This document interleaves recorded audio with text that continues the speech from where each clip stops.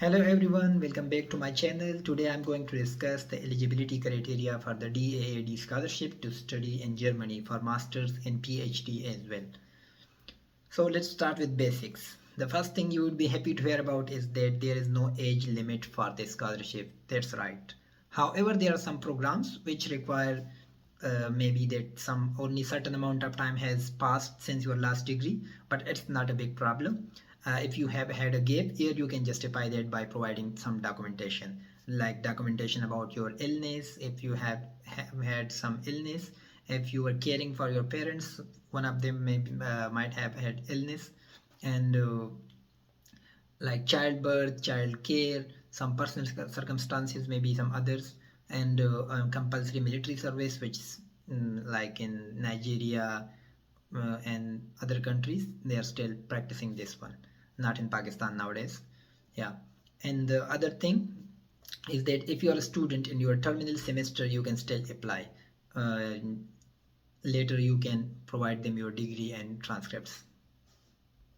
DAAD offers programs for almost all subjects like biochemistry, chemistry, physics, biology, microbiology, linguistics, sustainability sciences, environmental sciences, etc. etc.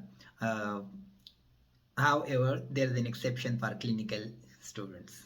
So clinical sciences is not covered by DAAD in this track. There must be some other tracks, but I'm not sure about that. You can check that. And if you are coming from non-English countries, you will have to prove your English language skills, and you can prove that by providing the IELTS score and TOEFL score.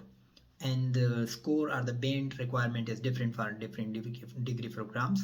For example, in my case, when I was applying to the Hamburg for PhD, the band requirement was 6.5.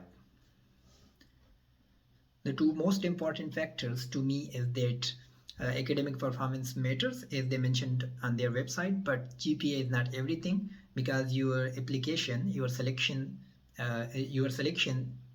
will be influenced by the quality of your research project, your co-curricular activities, extracurricular environment, and most importantly, motivation letter. A very important tip is when applying to the STEM fields like science, technology, engineering, and medicine, you should consider public universities because there is no journal tuition fee, and the DAAD also encourage to apply for such universities. If you go for the private universities, it will have the journal tuition fee, which is very costly, and you have to pay it from your pocket. DAAD is not going to support you for the journal tuition fee. However, keep in mind that the journal tuition fee is different from the semester fee.